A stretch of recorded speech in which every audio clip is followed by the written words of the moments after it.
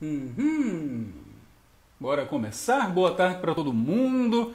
Vai começar daqui a pouquinho mais uma live do Moçada que Agita. Hoje a gente vai conversar com dois professores, professora Gabriela Nóbrega e professor Severino Paiva. O papo é nível superior, né?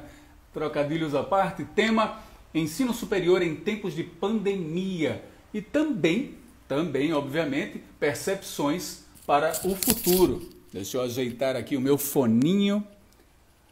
Acho que está todo mundo escutando direitinho. Boa tarde, está aqui a Keiler, eu acho, Keiler Rodrigues, boa tarde, Keiler também. A Gabriela, a professora Gabriela já está na sala, somente esperando o convite. Ari Cruz, grande Ari, boa tarde, Ari. Ana Zenilda, esses meus óculos, desde a outra live, então eu acho que eu preciso trocar os óculos. Professor Severino Paiva também entrou. Deixa eu lembrar, antes da gente começar mais essa live do Moçada que Agita, aqui no Instagram de Anchieta Maia, que essa live tem apoio do Hospital Milagres, KNN Idiomas, Esporte Clube Cabo Branco, também da Ótica Escala, da FESP Faculdades e do Aras Pôr do Sol. Acho que não esqueci ninguém, não. Deixa eu fazer aqui o convite para a gente conversar primeiro com a professora Gabriela Nóbrega. Se é que o Instagram vai deixar eu fazer o convite, né? Ajuda aí, Instagram, por favor.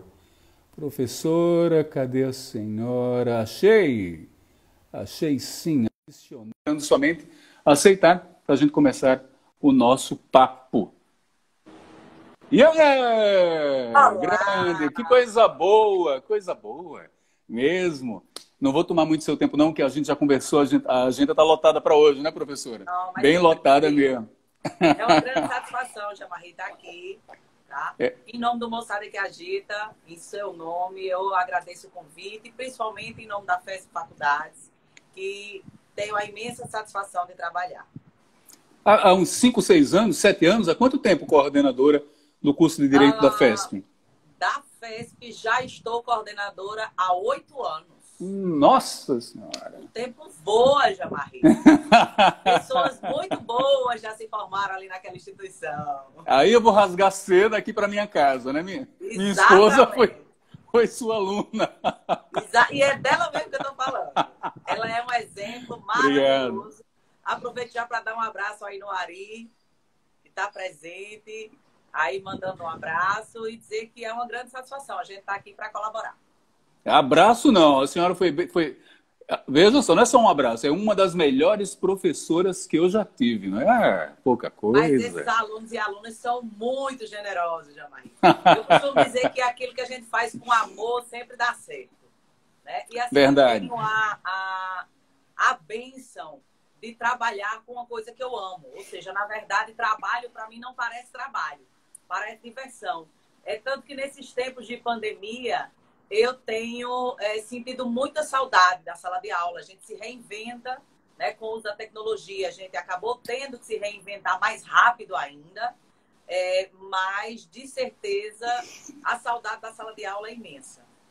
Eu imagino. Ia perguntar exatamente isso. Né? Como é que está funcionando para os alunos do curso de Direito da FESP nesse período de pandemia? Né? Como é que está sendo para os professores, para a instituição e, claro, para os alunos? Bom, tentando condensar aqui a situação, né? O mundo foi pego mais ou menos de surpresa. Algumas instituições de ensino superior, e aí voltando para a minha praia, que é o ensino superior, já trabalhavam com ensino à distância. E que fique bem claro que o que a gente está fazendo não é ensino à distância. Nós estamos tendo aula de maneira remota, ou seja, estamos mantendo o professor o semestre inteiro, com o feedback para o aluno, com realização de atividades, com continuidade dos estudos, com aulas, algumas em momentos ao vivo, aulas síncronas, outras gravadas exatamente para poder permitir aquele aluno que não pode assistir naquele momento, assistir no momento posterior. E isso, como eu disse, foi muito de surpresa. E o que é que a FESP, a meu ver, saiu na frente, né? Nós tínhamos, embora não trabalhássemos, nem trabalhamos com EAD, como eu disse, a gente está tendo aula remota, de acordo com a autorização do Ministério da Educação, mas nós tínhamos já o acesso a uma plataforma do Google for Education. E essa plataforma ela é espetacular, porque ela permite aos meus docentes que deem aula ao vivo, que façam reuniões, portanto, síncronas com os alunos, com horário marcado, os chamados meetings, né? Que possam gravar suas aulas e postar nessa plataforma, que aí as aulas ficam acessíveis para os alunos assistirem quantas vezes sentirem necessidade. Nessa mesma plataforma, a gente tem possibilidade de chat, de conversa, de e-mails, inclusive de fazer as provas, tá? Nessa segunda unidade, nós podemos fazer as provas através dessa plataforma, de maneira usando da tecnologia, estarmos um pouco mais próximo do nosso alunado, e assim a gente foi caminhando para concluir o 2020.1. Eu acho que a Ana Zenilda deu uma travadinha aí, voltou. A Ana Zenilda está perguntando, cadê o outro participante? Deixa eu te explicar, Ana Zenilda, que no Instagram é um entrevistado de cada vez. Não é como o Meet, que a gente consegue colocar muita gente ao mesmo tempo, não. Então, essa primeira meia hora vai ser com a professora Gabriela Nóbrega, da FESP, e depois a gente conversa. Vai ter a honra de conversar com o professor Severino Paiva, que também tem muita experiência na área de ensino superior. E já está na sala, está aqui, ó, está dando um joinha, entendeu tudo, já sabe como é que vai funcionar. Deixa eu agradecer aqui ao Luiz Henrique Targino, não é o Luiz Henrique Barbosa, não, é outro Luiz Henrique. Isso. Luiz Henrique Targino, Jaqueline Borges, Lu Nóbrega, maravilhosa. É minha prima, viu? Olha aí. Vou dar um beijo para ela aí. E Oswaldo Neto, grande amigo Paiva. Recado para os dois entrevistados de hoje, mas no momento a gente está com a professora Gabriela Nóbrega. Quando eu fico imaginando o novo normal, né? Quando tudo isso passar, como é que vai ser o ensino superior? Professora, como é que imagina que vai ser o novo normal para o ensino superior? Jamarli, nas reuniões que a gente está sempre se reunindo, né? De maneira à distância, a gente faz os meetings, né? Mas a gente está sempre se reunindo e vou lhe dizer uma coisa. Sempre trocando ideias com os professores, planejando esse novo normal, né? E nós temos duas coisas muito positivas a tirar de todo esse grande susto que a humanidade está levando. Eu digo isso no campo da educação de adultos, porque eu trabalho com a educação de adultos. Primeiro, do ponto de vista do professor, né? Alguns professores que ainda não lidavam muito com tecnologia, né? Não utilizavam muito dessas ferramentas de informação dia a dia pedagógico, tiveram a força, um parto, né? Um forceps, né? Tiveram que introduzir essas ferramentas. E isso é crescimento, né? A gente aprende sempre, Jamarli. E os professores tiveram essa oportunidade, mesmo aqueles que não enxergavam essa necessidade, passaram a enxergar, né? E foram capacitados, né? Foram experimentados nesse momento de crise e agora já estão todos confortáveis, né? Para trabalhar nesse novo normal. Segundo, do ponto de vista do aluno, eu costumo dizer que essa pandemia serviu também para mostrar ao aluno que ele é o centro do aprendizado dele. Aquele modelo onde o professor está ali trazendo o conteúdo e o aluno é um mero receptor, que isso não é nem defendido na pedagogia, óbvio, mas ainda tem gente que se acomoda nesse modelo, né? É um mero receptor de informações. E o aluno percebeu, nesse momento, que tornar-se cada vez mais senhor, dono do seu estudo e da sua aprendizagem, é o que vai fazer a diferença na vida dele. Então, eu tenho relatos de vários alunos que conseguiram se perceber muito mais autônomos nos seus estudos. E isso é um crescimento exponencial na formação de qualquer indivíduo. Porque quando você percebe que você é o senhor do seu destino, tá? Que você é quem vai conduzir o seu aprendizado, que o professor, que a ferramenta de estudo, que isso é um suporte, é um apoio para os seus estudos, faz com que você vá muito mais longe, porque você vai no seu ritmo, tá? E você vai de uma maneira muito mais concreta, muito mais palpável. Então, eu acredito que esse novo normal não vai, e espero eu, nos permitir que esse tipo de sensação, tanto de mais autonomia do alunado, como de uma necessidade de constante aprendizado por parte do professor. Eu acho que essas duas lições não vão nos abandonar nunca. Especificamente, a FESP tem construído que tipo de estrutura para atender esses alunos? Eu vou aproveitar para fazer duas perguntas em uma. Que tipo de estrutura está sendo oferecida agora, neste momento? E se a FESP imagina amalgamar essas aulas presenciais com aulas remotas também? Isso, vamos lá. Nesse momento, nós tivemos um grande investimento em tecnologia da informação, né? Tivemos que ter mais presença de TI na nossa instituição, implementamos mais um outro sistema, mais uma outra plataforma para poder dar conta não só da parte das aulas e avaliações, mas para sincronizar tudo isso com os nossos registros acadêmicos. Então, a gente vem, neste momento, nós viemos nessa construção implementando mais, né, ferramentas nesse sentido e capacitando sempre os nossos docentes, tá? Com cursos específicos para a utilização dessas ferramentas. Eu mesma costumo dizer aos meus colegas que eu estou quase uma professora da área de TI, né? De tanto que eu tive que mergulhar de cabeça nesse mundo, exatamente porque eu sirvo de suporte para os meus professores, já que faço um trabalho de coordenação. Então, a gente já tem um sistema bem azeitado, digamos assim, para aulas, provas e registro esse semestre. E no 2020.2, Jamari, nós dependemos, antes de mais nada, do retorno a esse novo normal, com os parâmetros, tanto legais como de saúde. Então, por exemplo, já pensando numa impossibilidade de um retorno completo, nosso planejamento, ele já tem, para 2020.2, a previsão e a possibilidade já mapeado, já desenhado, da gente ter esse misto, né? Esta mescla, né?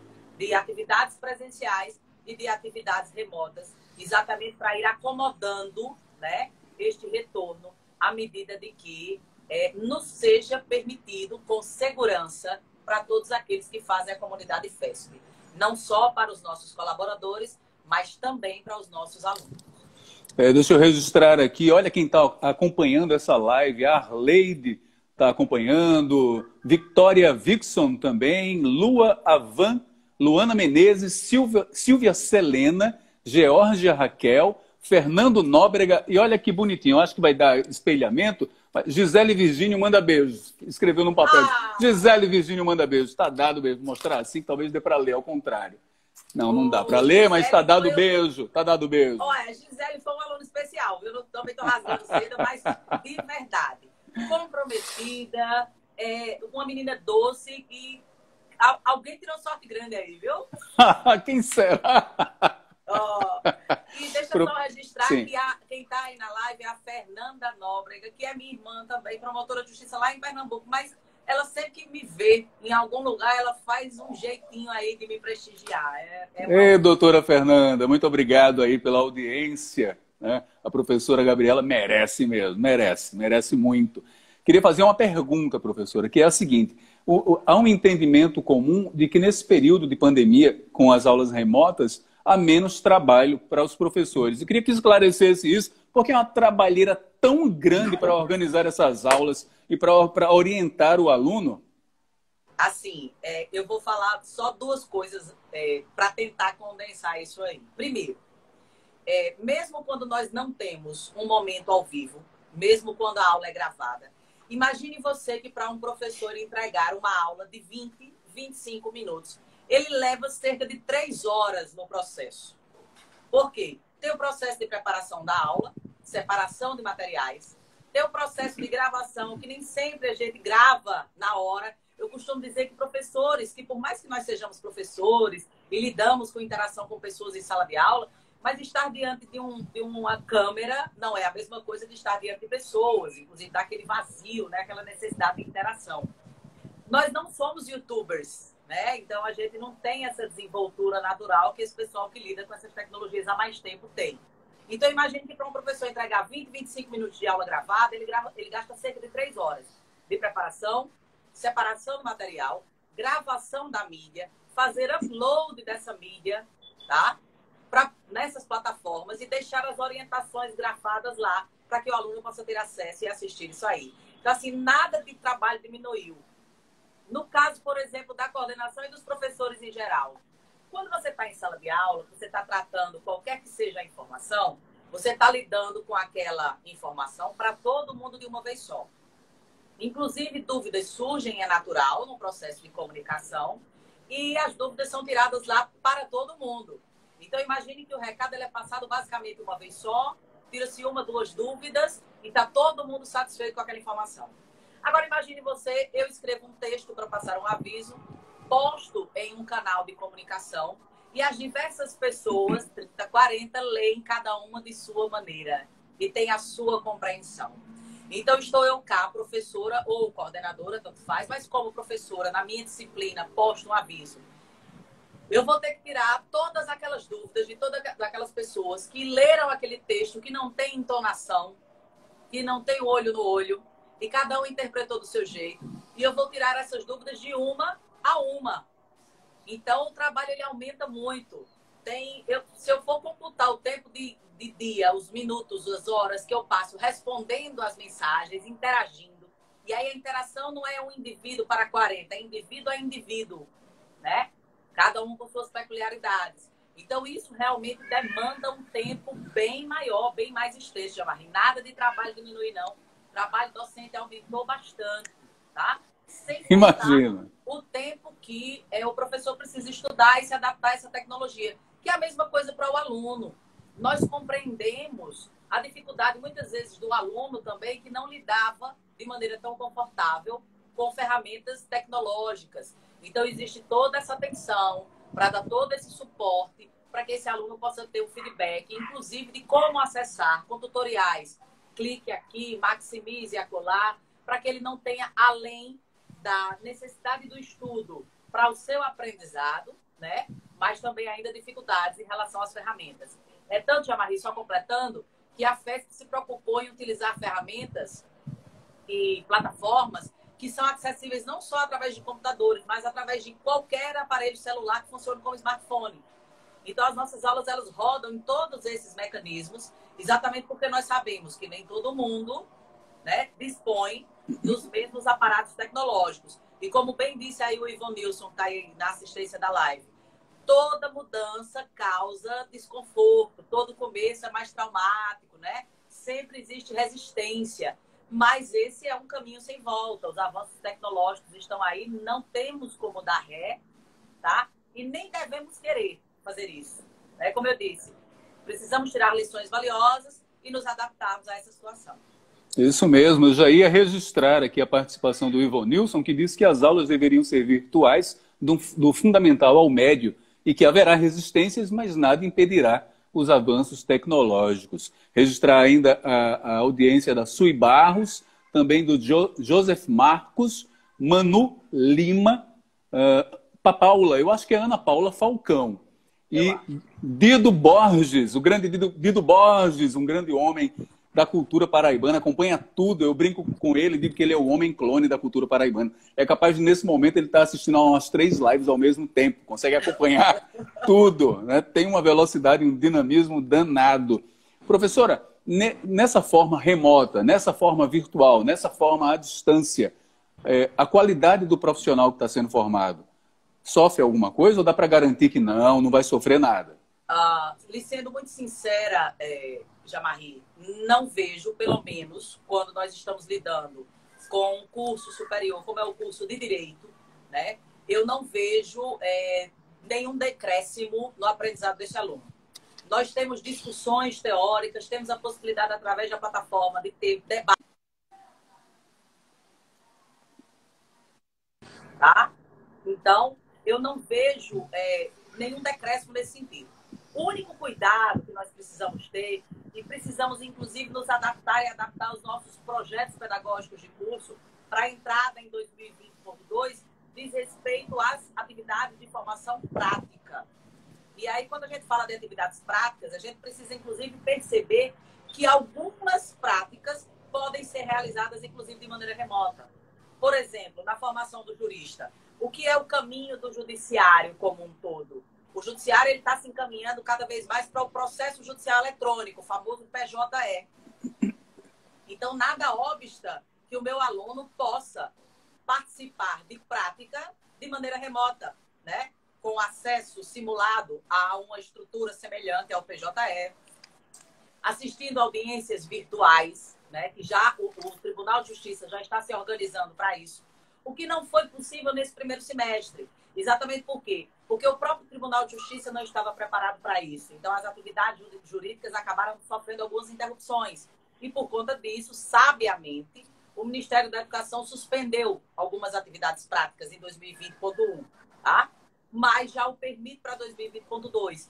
E, à medida que a gente consegue adaptar, tá, a formação desse profissional com esses mecanismos, eu não vejo com sinceridade, pelo menos na minha área, tá, que é um saber humano, é um saber de ciência social aplicada, é possível sim a gente ter essa formação desta maneira, sem prejuízo aí do crescimento desse futuro profissional. Deixa eu registrar também aqui o Rodrigues JPB acompanhando essa live, e Ana Maia também acompanhando, e tem um comentário, mais um comentário do Ivonilson, teve elogios para a senhora professora, que é a melhor professora das galáxias, e fez outro comentário que é: quem é que ainda usa máquina de escrever e compra as coisas nos classificados do jornal?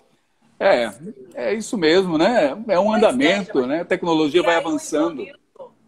O Ivonilson, ele puxa exatamente para a gente fazer essa reflexão. Às vezes a gente tem tanta resistência naquilo que já faz parte da nossa vida, né? É tão natural para a grande maioria da população fazer compra online, né?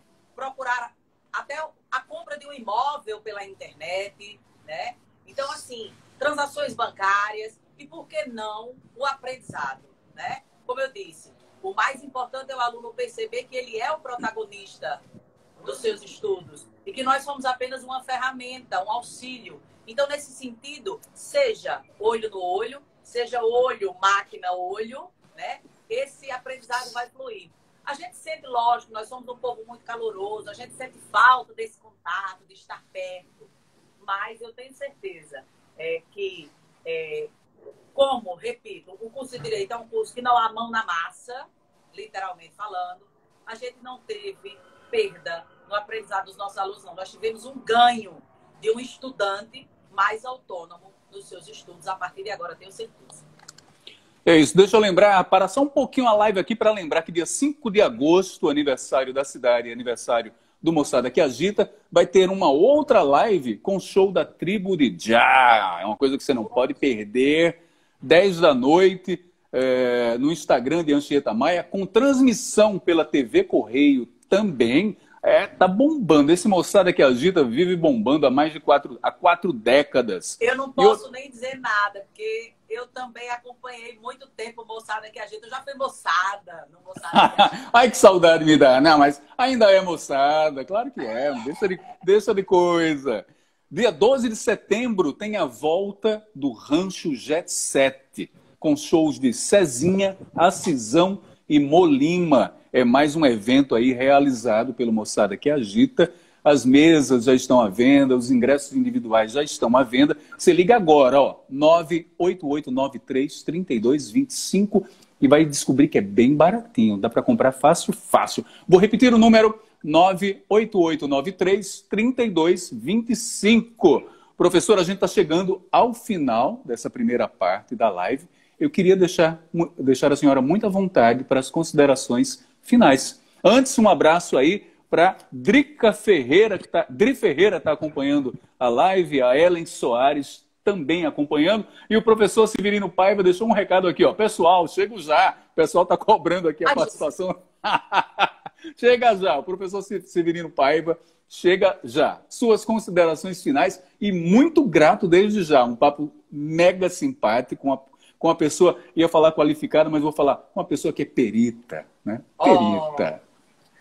Pois eu queria agradecer, Jamaí, primeiro, parabenizar o Anchieta Maia, que é essa pessoa muito ativa e nunca deixou o Moçada que Agita parar, né? Na verdade, é agitado o Moçada que Agita, e que bom. E parabenizá-lo por contar com você. Agradecer toda a sua simpatia, tá? nesse nosso bate-papo aqui e dizer, em nome da FESP Faculdades, que nós estamos, sim, muito cientes da necessidade dessa mudança, estamos preparados com o nosso alunado. Os colaboradores FESP estão muito conscientes do seu papel, mas também estão muito felizes. Por quê? Porque, repito, mesmo que dessa maneira tão abrupta que essa situação nos pegou, né, fez com que nós crescêssemos, né, e que os nossos alunos também crescessem enquanto sujeitos do seu próprio aprendizado. Então, assim, em nome da FESP, agradecer, dizer que a FESP Faculdades é uma instituição de ensino superior de excelência, e você sabe disso, tem experiência dentro de casa, né? Nós somos uma faculdade avaliada com conceito máximo pelo Ministério da Educação. Por excelência, uma faculdade jurídica, tudo nosso na área do direito, né? Uma opção do nosso diretor-presidente. Então, graduação, pós-graduação, cursos livres. A FESP só trabalha com o mundo jurídico. Então, a gente se dedica a esse mundo jurídico, por isso que a gente faz tudo com o máximo de perfeição. E dizer que a gente faz isso também não só porque a FESP ela é um negócio. Lógico, ela é uma instituição particular. Mas as pessoas que trabalham lá trabalham com brilho no olho, né? O nosso proprietário, ele é daqui, ele é de João Pessoa, ele trabalha aqui, ele vai lá, olha no olho dos seus colaboradores, dos seus alunos. Então, nós somos uma instituição, como nós dizemos, familiar, no melhor sentido da palavra. E quem trabalha lá costuma chamar aquilo ali de segunda casa. Então, você que está pensando aí em fazer direito, tá? Vem para a FESP, lá você vai se sentir acolhido. Estamos preparados para lhe fornecer a melhor experiência do ensino superior em direito do Estado da Paraíba. Então, a gente vai terminar agora, mas não sem ler o comentário da Guia Queiroz, uma amiga muito querida, de quem eu gosto muito, sua ex-aluna ou aluna atual? Isso. Ex-aluna, dizendo aqui, ó, saudades dos dois. Excelente, recomendo, obviamente, numa menção à faculdade. Guia, conheço o Guia desde o Jornal Norte, ainda existia Jornal Norte. Pois é, Guia, deixa eu fazer um comentário de Guia aqui, que agora eu fiquei toda vaidosa, minha professora linda, olha para isso. Eu não Duas lindas. Mais uma vez, professora. Obrigada, viu? Grato mais uma vez. Foi uma grande satisfação. E eu gostaria de desejar a todos que estiverem, que estão aqui presentes, a você e sua família linda, muitas bênçãos de Deus para que a gente consiga passar por esse momento o mais rápido possível. Gratidão, muito grato mesmo para todos nós, que a gente passe logo por isso e que a gente melhore. Tem que servir para alguma coisa, que a gente melhore. Melhorar, sim, por dentro e por fora. Sim. Grande abraço e até, professora. Obrigada, querido. Bom, enquanto a professora sai, deixa eu lembrar para vocês que essa live tem apoio do Esporte Clube Cabo Branco, KNN Idiomas, também do Hospital Milagres, da FESP Faculdades, esqueci alguém? Esqueci, Ótica Scala. E aí a gente vai conversar agora, antes de eu chamar o professor Severino Paiva, deixa eu lembrar de novo, dia 5 de agosto tem live no Instagram de Anchieta Maia, com um show da Tribo de Jah, um super show de reggae, para quem é amante da música e especificamente amante do reggae, não pode perder não. Dia 5 de agosto, dentro das comemorações do aniversário do Moçada que Agita. São 40 aninhos, é pouca coisa? É nada. E dia 12 de setembro, quem tem mais de 40 anos vai lembrar, Rancho Jet Set, vai ser a volta do Rancho Jet Set, um dos maiores sucessos do Moçada que Agita, e vai funcionar dia 12 no Aras Pôr do Sol, com shows de Cezinha do Acordeon, Acisão, Molima e DJ Davi. DJ Davi é o mesmo DJ dos tempos primeiros do Rancho Jet Set. É isso. Deixa eu chamar aqui o professor Severino Paiva. Já está aqui prontinho para ser chamado. Cadê? Adicionar. Agora a gente vai ter uma outra conversa, professor Severino Paiva, ainda dentro do tema Educação Superior em tempos de pandemia e percepções para o futuro. Aí, professor, salve, salve. Muito boa tarde. Prontinho para ser chamado. E aí, tudo na paz? Tudo tranquilo? Melhor agora. Melhor agora. Tranquilo. Meia hora de castigo, mas estamos juntos. Desculpa. Eu queria poder colocar todo mundo ao mesmo tempo, mas no Instagram não dá. Ô, Jean-Marie, eu gostaria de aproveitar o primeiro espaço. Como a minha formação é da área de exatas, né? Sou um cientista da computação, uma formação matemática, então gostaria de trazer algumas informações numéricas do último censo publicado pelo MEC, né, que publicou no ano passado o Censo da Educação Superior. E aí isso é interessante para a gente se situar e contextualizar a nossa discussão. Então eu gostaria de uns 5 minutos para fazer essa ponderação. Por exemplo, por favor. O Brasil tem 2.448 instituições de ensino superior. Né? Então, isso no último censo que o MEC fez, publicou em 2019. Então, 2020 deve sair do censo de 2018. Isso é o censo de 2017. Das quais, 296 são instituições públicas e 2.152 são instituições privadas. Então, isso é interessante porque é o seguinte, às vezes tem gente que gosta de fazer discussão política e acha que não deveria ter instituição particular, instituição privada. Mas eu lhe pergunto, veja, além de gerar uma insegurança jurídica, né, a FESP mesmo, da professora Gabriela, do meu amigo lá, o proprietário... Luiz Henrique. Lula, eles fazem um trabalho decente. O Lula, aquilo ali é a vida de Lula, ele vive aquela instituição, tá? Então eu sou admirador do trabalho dele, que é um abnegado, então isso é muito importante. Então veja bem, como você tiraria mais de 2.000 instituições? Então quer dizer, mais de 90% das instituições públicas de ensino superior são privadas, tá certo? Então começa por aí, a primeira questão que é importante, tá? Essas instituições aí, elas crescem na ordem de 1,75% ao ano. Então, a cada ano você tem um universo de 2.000 e pouco, então 20 e poucas instituições aparecem, 40, por aí no máximo, 1,5, 1,75 e tal, tá? Isso é importante. Outra coisa interessante desse censo, que é interessante para nosso, vamos dizer, ouvinte, para a galera que está conosco aí, né? Um abraço para a Natália, para a Samara, para a Luiz, para a Ana, para a Ivonilson e tantos outros aí. Então, veja bem, 86% das instituições de ensino superior no Brasil tem até 5.000 alunos. Então, isso é um dado interessante, né? Quer dizer, quase 90% são pequenas instituições. 43% tem até 500 alunos. Então, é o caso, deve ser mais ou menos o tamanho da FESP aí. Então. De 501 a 1.000, são 15,3% das instituições de ensino superior no Brasil. 28,4% estão de 1.001 a 5.000, ou seja, 86% das instituições estão aí. Então, é outra coisa interessante, veja bem, não sei se você sabe, nós temos 35.380 cursos superiores funcionando no Brasil. 35.380 cursos, tá certo? Dos quais 33.272, que corresponde a 94%, são cursos presenciais. Isso é interessante, né? Veja bem. E apenas 2.108, que corresponde a 6%, são cursos EAD. Então, de uma hora para outra, todo mundo teve que ser EAD. Então, a história da pandemia forçou uma condição que nós não tínhamos antes. Então, isso, veja bem, dá esse choque que nós estamos vivendo. A professora disse, não, nós estamos preparados. Não, na verdade, eu queria até debater isso com ela. Nós estamos aprendendo. Tanto nós, professores, como o próprio estudante. Porque a grande maioria de nós não lidava com esse ferramental, com esse tipo de questão. Porque a aula, numa modalidade à distância, ela é diferente de uma aula em que você interage, como ela diz, a história da entonação, né? Então, dependendo da entonação que eu dou, o teste é outro. Eu estou perguntando ou eu estou afirmando? Então, lá na hora, eu tiro a dúvida do aluno, né? Então, veja bem, 6% apenas de curso EAD. Desses 35.380 cursos, 10.425 são cursos públicos em universidades federais, estaduais ou municipais. E 24.455 cursos são privados. Tá certo? Então, a grande maioria.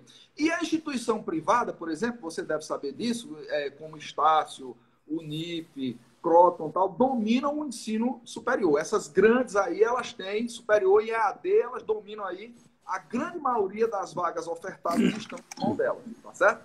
Então, por exemplo, no ano de 2017, nós tivemos 10.778.086 vagas sendo ofertadas, tá certo? No ano de 2017. das quais apenas 823.843 são cursos públicos. Enquanto que a grande maioria, mais de 90%, 9.955.243 são cursos privados. Então, o ensino superior no Brasil não pode prescindir da iniciativa privada. E eu tenho uma experiência interessante, que é o seguinte, das minhas primeiras vivências, eu fui professor do Oswaldo Pessoa, professor do Estado, professor pro tempore, quando eu ainda era estudante, né? E eu fui professor da Escola Técnica e do Cefet durante 9 anos. Depois pedi demissão, fui viver a minha vida de empresário, etc. e tal, mexi com política, N coisas, e fui diretor da Asper, que é uma faculdade privada, né? Durante 18 anos e 8 meses. Então, e agora eu sou professor do IFPB. Né? Então, passei num concurso em Pernambuco, passei 3 anos por lá, consegui minha transferência para cá, estou aqui no IFPB. Então, eu conheço dos dois mundos, da instituição pública e da instituição privada, nesse sentido aí, que isso é interessante a gente colocar. Tá? Outra coisa interessante para o pessoal fazer essa reflexão, veja bem, das vagas agora em 2017, as universidades públicas ofertaram 589.586 vagas. Isso corresponde a 18,2%. As federais correspondem a 470.436. Então, a grande maioria, mais de 80% das vagas. Enquanto que as privadas ofertaram 81,8%. 2.636.663 vagas. Total de 3.226.249. Então, é interessante, veja bem, qual é a proporção entre presencial e EAD hoje no Brasil? No último censo que o MEC tem. 66,73% presencial. 33,27% EAD. Então, nós temos aí, para cada 3 alunos, um está fazendo na modalidade EAD. Isso é uma coisa interessante. Por exemplo, você sabe qual é a média do aluno presencial, dos cursos presenciais no Brasil? Lhe digo, 24,1 anos de idade é a média do aluno que entra na universidade para fazer um curso presencial. No curso EAD, eles são mais maduros. 31 anos é a média de quem está fazendo EAD. Quem é que está fazendo EAD? É aquele cara que não pôde fazer, que trabalha, não corre-corre, entrou outra faculdade, teve que deixar por questão financeira, por dificuldades e tal. E isso é uma coisa interessante porque, por exemplo, na universidade pública... O professor, me permita atrapalhar só um pouquinho. Esse mais velho também é aquele que está buscando um reposicionamento, uma requalificação. Às vezes é uma segunda graduação, né? Uma segunda graduação. Tá? Por exemplo, uma coisa interessante que você coloca é que essas pessoas podem estar vivenciando uma experiência de trabalho que precisa, por exemplo, se especializar em RH, precisa se especializar em marketing, publicidade. Então, ele vai fazer um segundo curso. Isso é uma coisa interessante, né? Então, mas até porque o aluno do EAD, ele requer o quê? Mais maturidade, mais compromisso, né? De ficar ali à frente do computador, de fazer suas tarefas online, à distância, sem ter a interação, né? A aula presencial, você gerencia melhor o seu aluno, e a distância requer mais autonomia, né? Mais compromisso, não é isso? Então, em média, tem isso. Então, a gente observa também, Jean-Marie, que o curso EAD, o aluno faz mais matriculado à noite, nas privadas, tá certo? Nas faculdades privadas predomina o turno noturno, enquanto que na faculdade pública o turno diurno. Então são pessoas mais jovens que não trabalham, que são custeadas pelos pais. A grande maioria do aluno dentro da universidade pública está nessa faixa aí. Veja, para fechar, os maiores cursos no Brasil são Direito, com 879 mil alunos. O segundo é Pedagogia, que é até uma surpresa, né? 714 mil. E o terceiro é Administração, com 682 mil alunos. Um outro dado interessante, para concluir de vez, é que o número de docentes de ensino superior no Brasil em 2017 foi de 380.673 professores, dos quais 171.231 nas universidades públicas, federal, estadual e municipal, e 209.442 na universidade privada, na instituição privada. E uma coisa interessante, Jean-Marie, que esse número de professores na instituição privada vem caindo 2,5% ao ano. Isso pode ser um prenúncio que a aula EAD você talvez possa prescindir dessa quantidade toda de professores, que aquela aula vai ser gravada e você vai ter tutores para acompanhar. Então, talvez, num futuro, já nessa discussão de futuro, a gente possa prever que a quantidade de profissionais envolvidos na modalidade EAD vai requerer menos profissionais, porque você vai ter quem grave uma aula que eu gravar, eu posso passar para o Brasil todo. Né? Então, eu não preciso, eu teria aquele curso gravado e é só acompanhar a aplicação e a condução desse curso.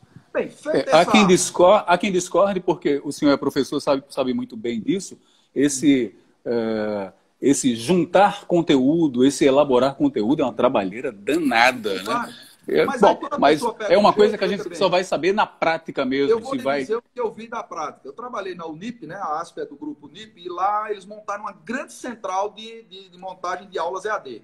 Então eles tinham meia dúzia de estúdios, eles tinham centrais, eles tinham como se fosse uma pequena Rede Globo, vamos dizer assim, um centro de produção para fazer isso.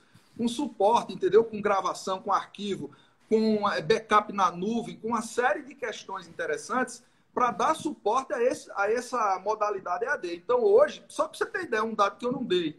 Você sabia qual é o percentual de crescimento do EAD no Brasil? Eu acho que perto de 20%. Não, muito mais. Para você ter ideia, em qual período? Em qual período? Agora, 2016 para 2017, cresceu 54,5%. Olha que é um ritmo assim maior do que o ritmo chinês de crescimento. Então, é uma coisa interessante para a gente refletir. Bem, o dado que eu tinha era de 17% entre 2017 e 2018. Pronto, o anterior foi isso. Mas agora 16, 18, e pode escrever aí, de 20 para 21, vai crescer mais de 100%, porque agora todo mundo está sentindo o gostinho. Porque uma coisa que eu coloco é que existe um preconceito. Da nossa parte, educadores, a gente está acostumado a dar aula como se dava na Idade Média. A gente vai para aquele encontro presencial, tal, com o quadro. Alguns já estão usando recursos mais modernos, mas a grande maioria das aulas são o quê? Quadro, pincel, professor presente e o aluno lá ou não.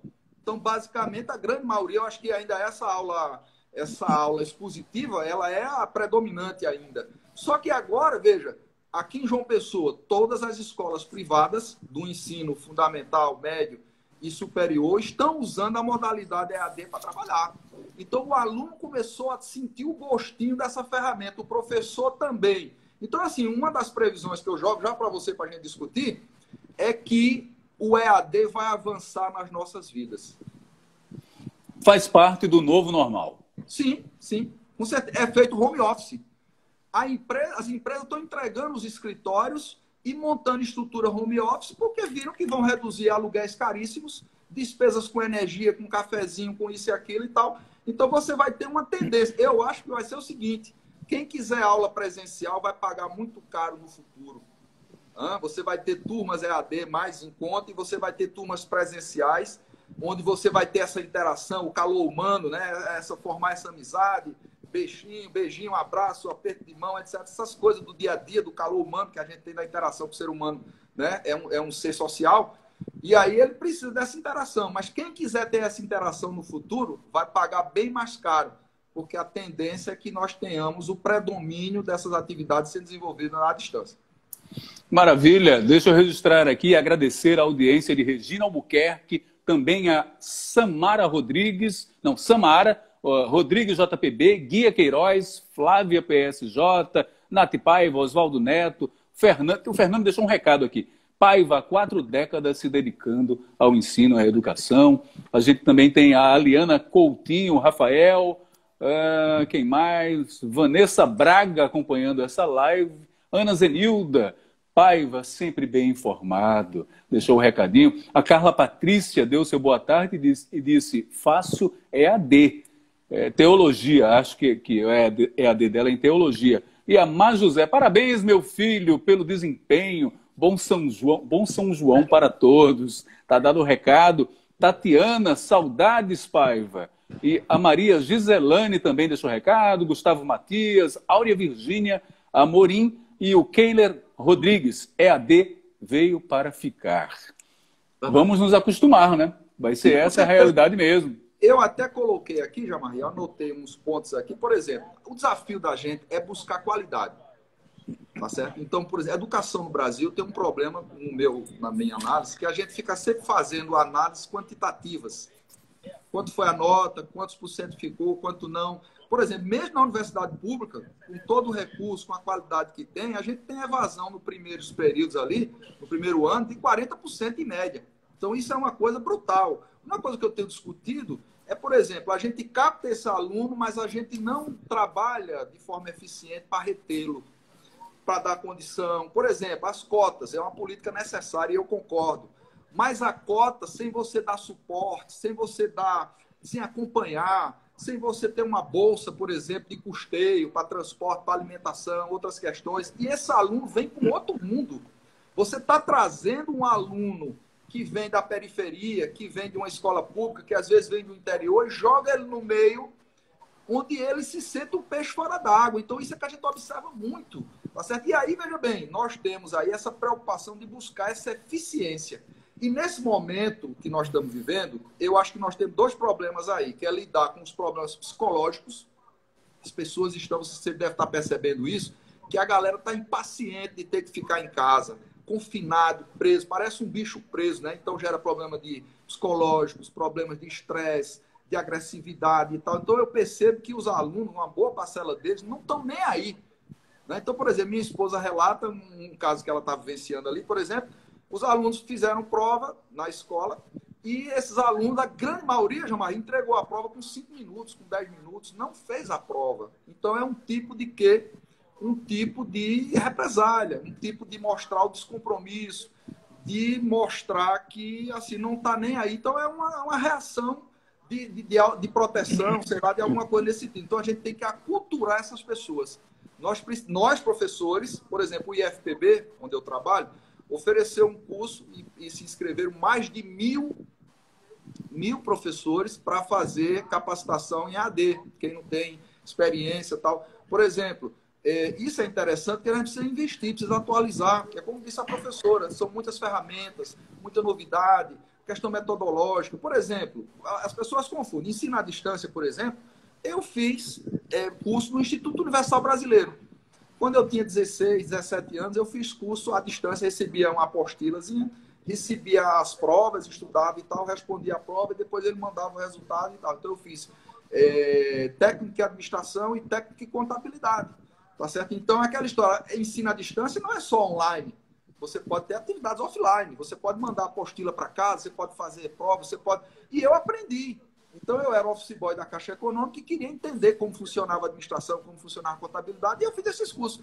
Então, no passado, você fazia o telecurso, né? Segundo grau. Então, teve vários recursos nesse sentido. Então, hoje, o cara, se eu não tiver offline... Por exemplo, uma falácia. Você conhece jovem, mesmo pobre, que é excluído digitalmente? Verdadeiramente, a gente vai procurar e não acha. Por quê? Eu trabalhei numa cidadezinha de 30 mil habitantes, 600 quilômetros de João Pessoa, 420 quilômetros de Recife. Todos eles eram incluídos. Eles não tinham pacote de dados, mas eles usavam Wi-Fi, eles iam na casa do vizinho, no barzinho, eles davam um jeito, meu amigo. Ninguém deixava de usar o WhatsApp, ninguém deixava de usar Instagram, ninguém deixava de usar TikTok, YouTube, nada. Todo mundo estava lá. Então, é claro que esse cara não é como a gente, que tem internet em casa, tem 100 mega em casa, pode pagar por isso e tal. Isso eu reconheço. Uhum. Mas excluído ele não é, não. Para o que ele quer, ele acessa. Então, isso a gente tem visto, esse discurso aí de fim do mundo. Ah, porque não pode? Tá. Gente, vamos focar na solução. E temos que ter em mente que todo processo de inovação tem que ter aculturação. Então, é boa vontade, a gente se desarmar, a gente tentar ser positivo. Nós vamos ter que passar por isso. E eu digo sempre, Jean-Marie, alguma aula é melhor do que nenhuma. Uma aula, mais ou menos, é melhor do que esse em casa, esse rapaz, essa moça, essa criança, sem fazer nada. Hã? Então, a ociosidade é o pior mal que você pode fazer para um jovem ou para uma criança nessa idade em que eles estão. Né? Então, isso aí é o tipo de coisa que a gente tem que fazer. Então, assim, eu acho que tem uma questão de combater o preconceito, viu, Jean-Marie? Preconceito com EAD. E isso existe, eu percebo isso no meio onde eu convivo, quando eu converso, participo de reuniões, nas minhas interações. Principalmente dentro das instituições públicas, nós temos preconceito. As pessoas acham que não funciona, que é de qualidade inferior, que é enrolação, que é sinônimo de falta de qualidade. Não é verdade. Por exemplo, nas avaliações do ENAD, os cursos EAD estão parelhos com os cursos presenciais.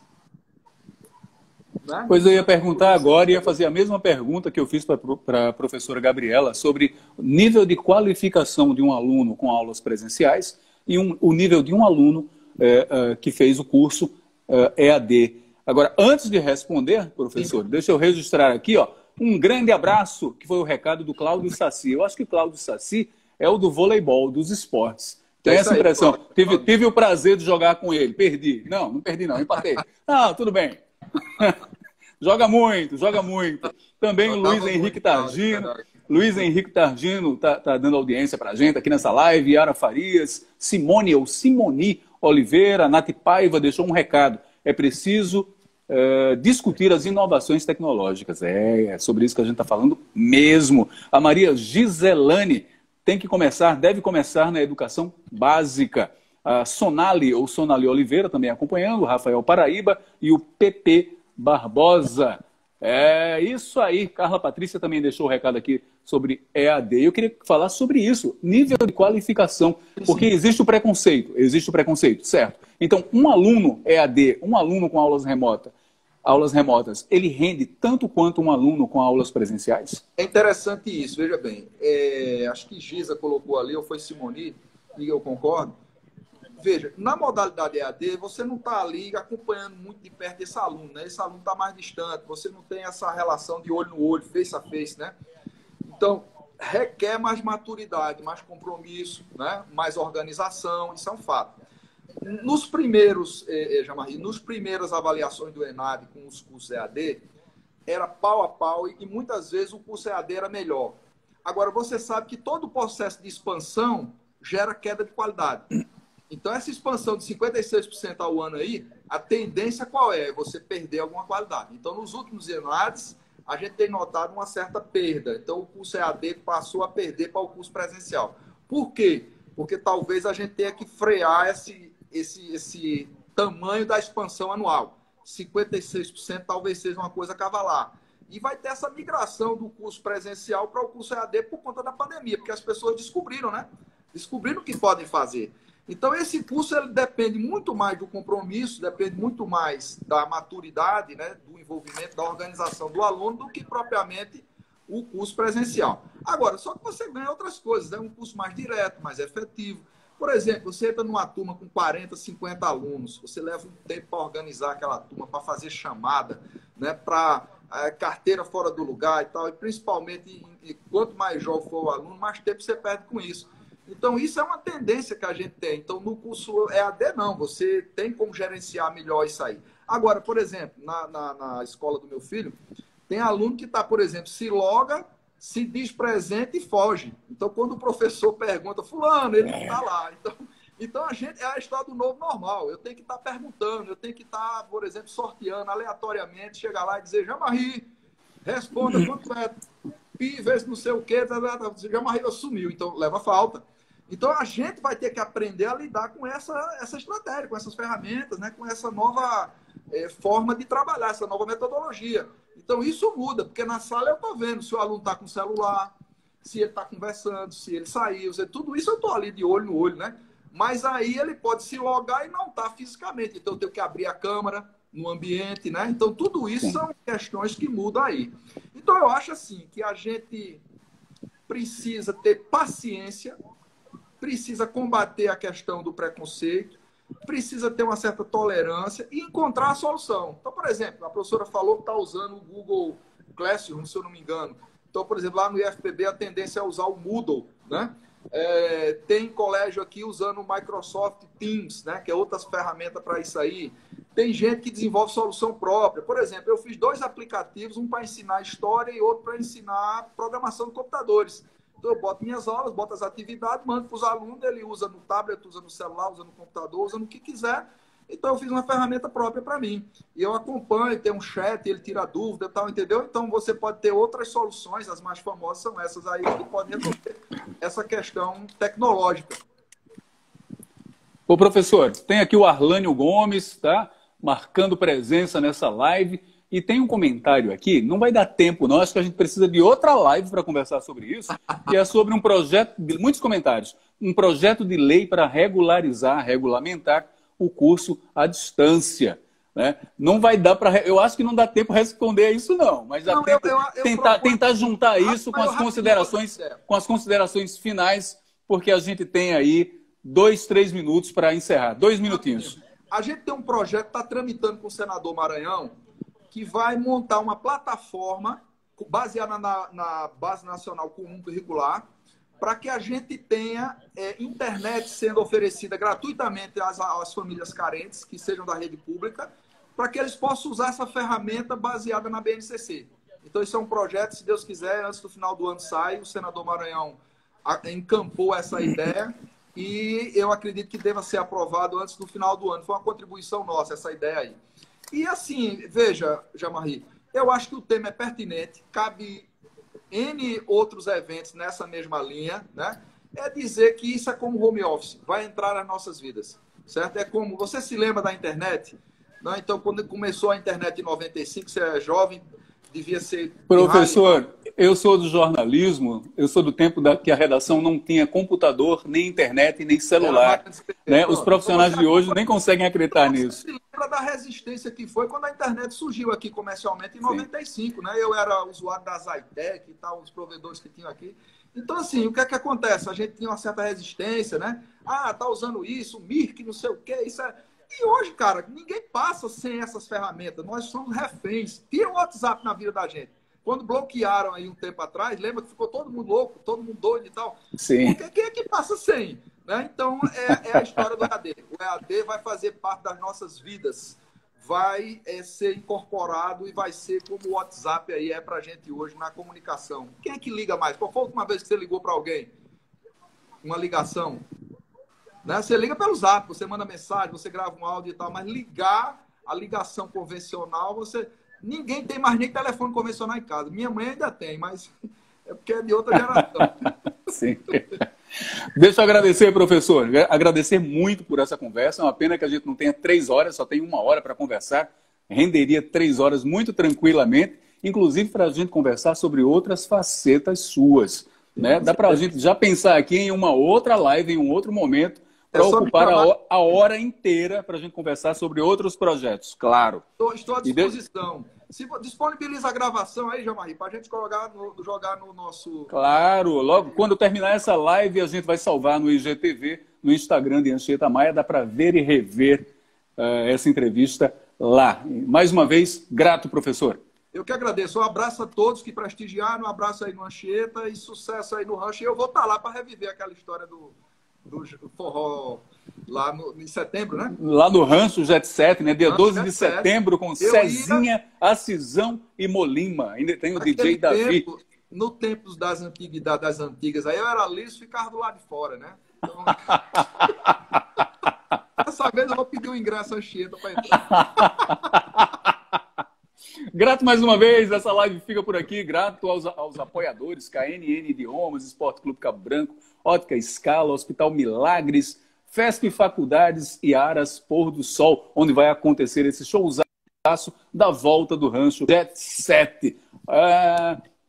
Então é isso, né? E lembrando que dia 5 de agosto, aniversário do Moçada, vai ter uma live com um show da banda Tribo de Já, grande nome do reggae nacional. O Fauzi vai cantar pra gente, para os amantes da música e especificamente para os amantes do reggae. Não deixa, vai ter transmissão pela TV Correio, então não perde não. Vai ter Dado Belo aí, Dado Belo, o mago do reggae. Grande Dado Belo. É isso mesmo.